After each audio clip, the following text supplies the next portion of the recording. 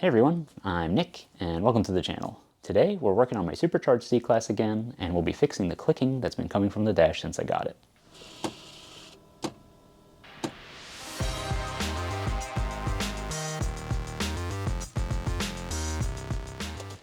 So the issue we're having is this clicking sound. So we're going to fix it. So I've scanned the car to identify which actuator it is, and here's what I found. So right here in the air conditioning module, we have a stored fault that is component M2/15, left and right footwell flaps actuator is stiff or blocked. And it turns out that actuator is right here, so I have to pull the radio out. Now, as you can see, I've already removed the vent, the ashtray. So what I'm going to do is I'm going to show you how I removed all that, and then we'll be right back and we'll pull the radio out to get access. Now, I went into a lot of detail for this in the radio install video, so you can check that out too. See these two little tabs? And we need to angle this past the lock, so the bottom tab, once it's up, will let you pivot this up a little further, which will let you get to the screws at the bottom. And then that top one here will let you pivot this down further to get to the catches at the top. So you angle this up, gently push that little tab outwards. That angles it further. And then there's a T20 screw here and here. Now in my case, this vent was damaged before I got the car, so the top clips, which we would normally reach in and push down with a screwdriver or a pick, are broken. So once I take these out, they'll come out. Should be able to see them right here. And right there. Those screws should be captive. And then what you would do is angle this down, release this catch and this catch. So you can angle it further and release the two tabs in there. So, but this should, oh geez, come out. I have to wiggle this out. There we go. So normally right here you would have this little catch that grabs it here. So you lower it down, out to here, and it should let you pull it out. All right, now right here, a screw here and a screw here. This will slide up. There's a connector here, right there. Now I have to work from the bottom. So just pull this trim panel off. I have a manual. If you have an automatic, there's a little trim panel here. Slide it forward, and then we'll rotate it. So there's two clips. There we go.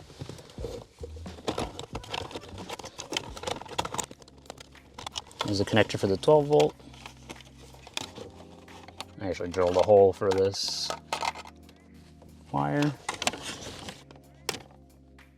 Okay, that comes off at an angle. You can see it right here, plugs in there. And then down here we have two screws. We're doing the outer ones. See right there. Same thing on the other side, we're doing the outer screws. And that goes forward.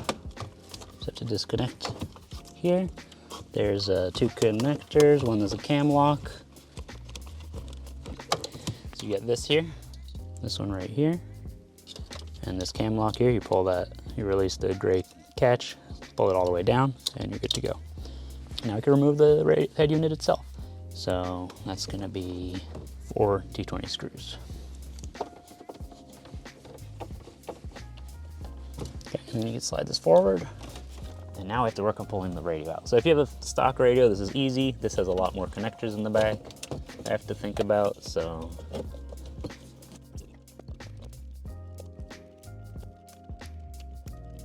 I ended up just disconnecting everything from the back of this radio. And that will allow me essentially leave all the wiring in place. As you can see, there's a lot. I'm gonna see in here. Let's take a quick look. Can I see anything back here? Let's see, does it make the noise with everything disconnected? I think I need the HVAC module connected for it to actually work.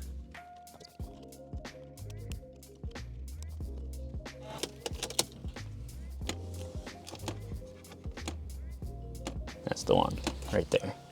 So what I'm doing here is reaching in, and you can kind of see back there, there's like a screw, and that is the module right here. And I can feel it vibrating or like shaking when the click happens. So we're gonna be working in there. All right, well that's good news because that means we can actually see one of the screws at least where it mounts. So I'm also gonna remove the lower trim panel here because that may give a little bit of access from the bottom. We'll see. So down here we have 3 screws. Here, here, and then one there. And get those out to get this panel down so maybe we can look up through there and see the other side. So what it's supposed to be, apparently, when this happened, is actually the arm connected to the actuator that breaks. And when that arm is broken, it just won't work properly, and then it gets stuck in the loop trying to open or close it. Now these screws are T20.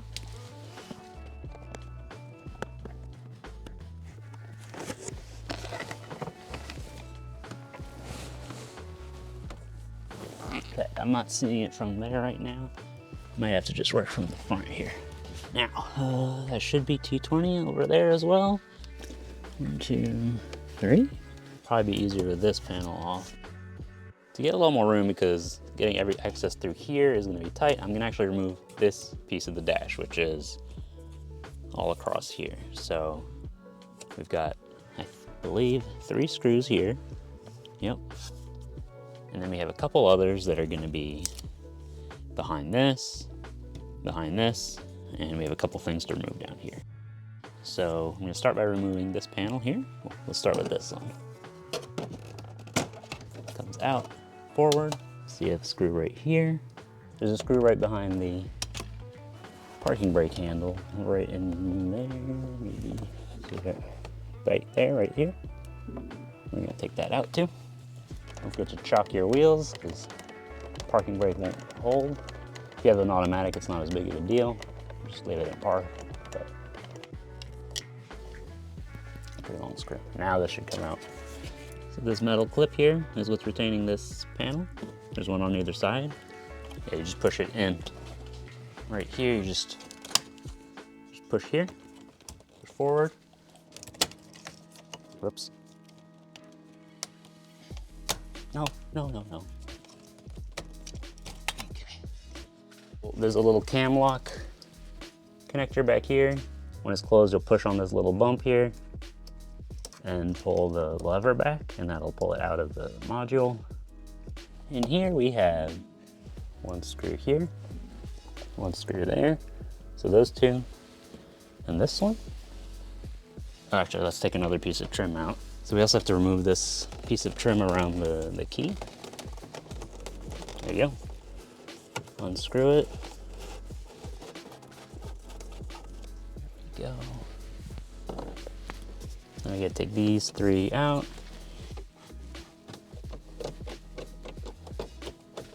Then on the other side we have these 3, like I said. These are all T20 still.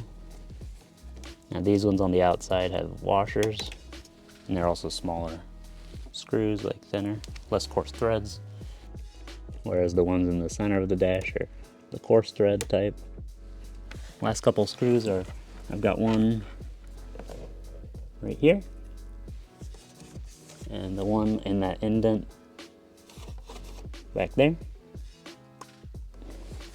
Get those out.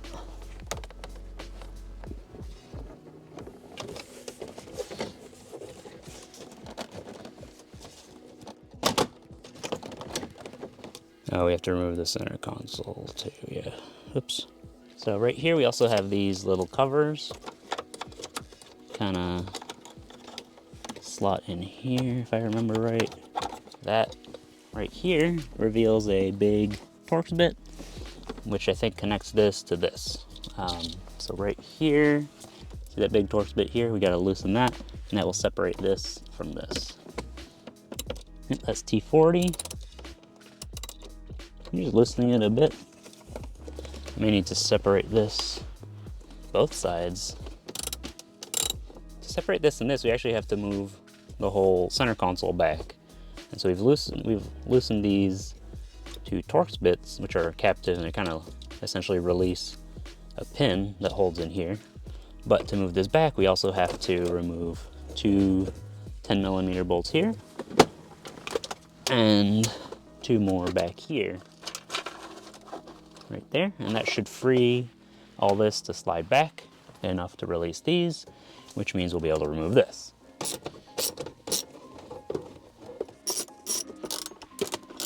Close this back up. Oh, these two screws also have to come out. Whoops. Slides back. And that means this should be able to come free in just a moment. There we go. And this can now come down.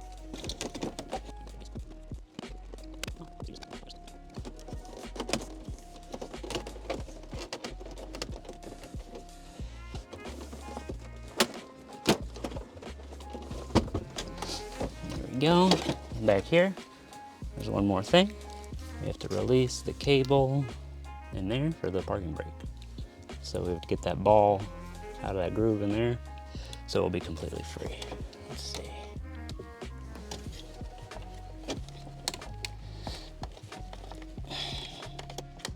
There we go. That is free. Now let's put the HVAC module back in. I believe that is what we're looking for. Grab our key module.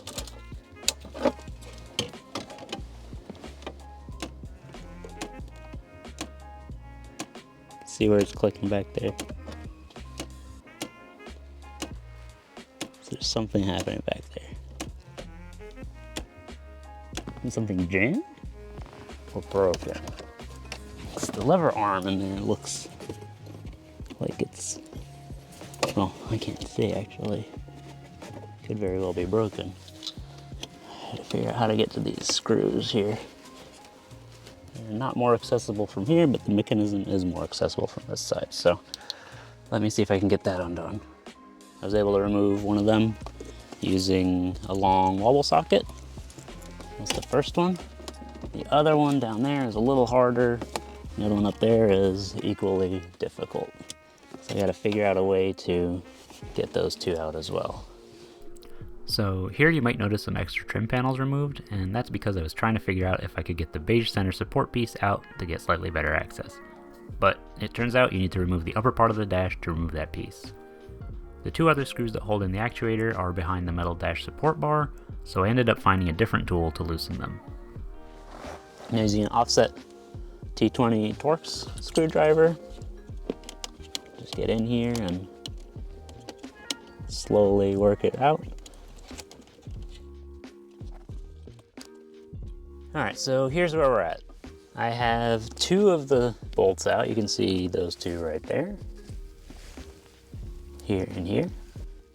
This one's relatively easy to get to. That one's a little harder, but with the right angle wrench, like this, pretend this is a T20, you can get it out. Unfortunately, the third one up top, you can see it right there. So back there, you can see it. I was able to get it out partway, but this is too thick to finish unscrewing it.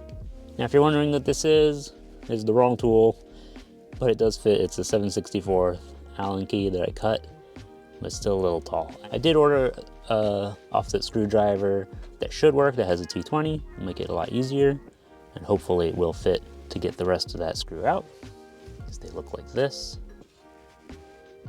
Oh, and I was able to unplug the connector back here, but yeah. Now, one thing I found out is this you can remove if you remove the upper dash too, because you have to be able to like shift it up to come out, so it's stuck in here for now, but reaching in gives a little bit of access, and seeing that third screw, you can kind of look in through the gap in here. It might help because it's a little tough to work in here. So once that screw is out, we can pull the actuator out. You can see I've actually unplugged it already, and figure out if that arm here is broken or if it's the actuator that's broken. If it's the arm, I have a set of replacements right here, It's the URO 09715 or 203-830-0033, and these are upgraded metal arms for the actuators. So it's possible that the one in there may have cracked or something, or it's possible that the actuator is broken, but we will figure that out once we get it out.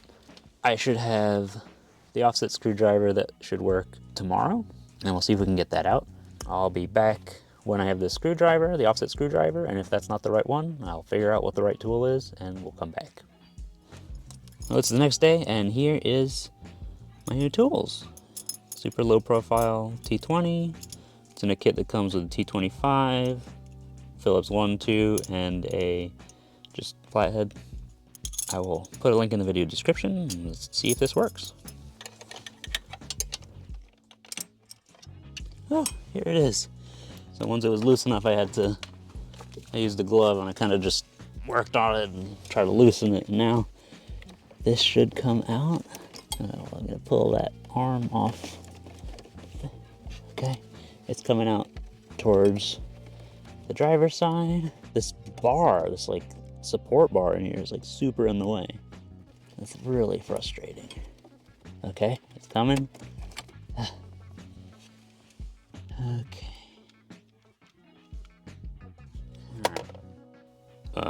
Okay. Alright, so this arm looks intact, which unfortunately probably means that this actuator has failed internally. If this moves quietly when it's plugged in, then maybe something's jammed in there.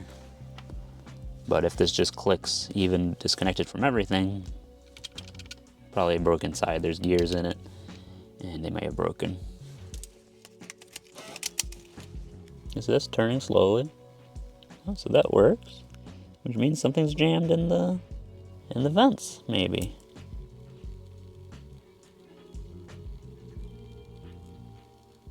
Oh, see, it stopped there.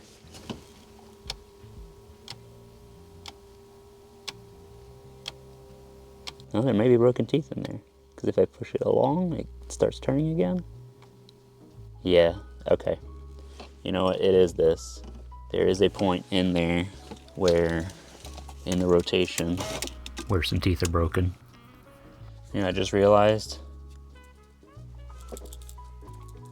there's something rattling in here.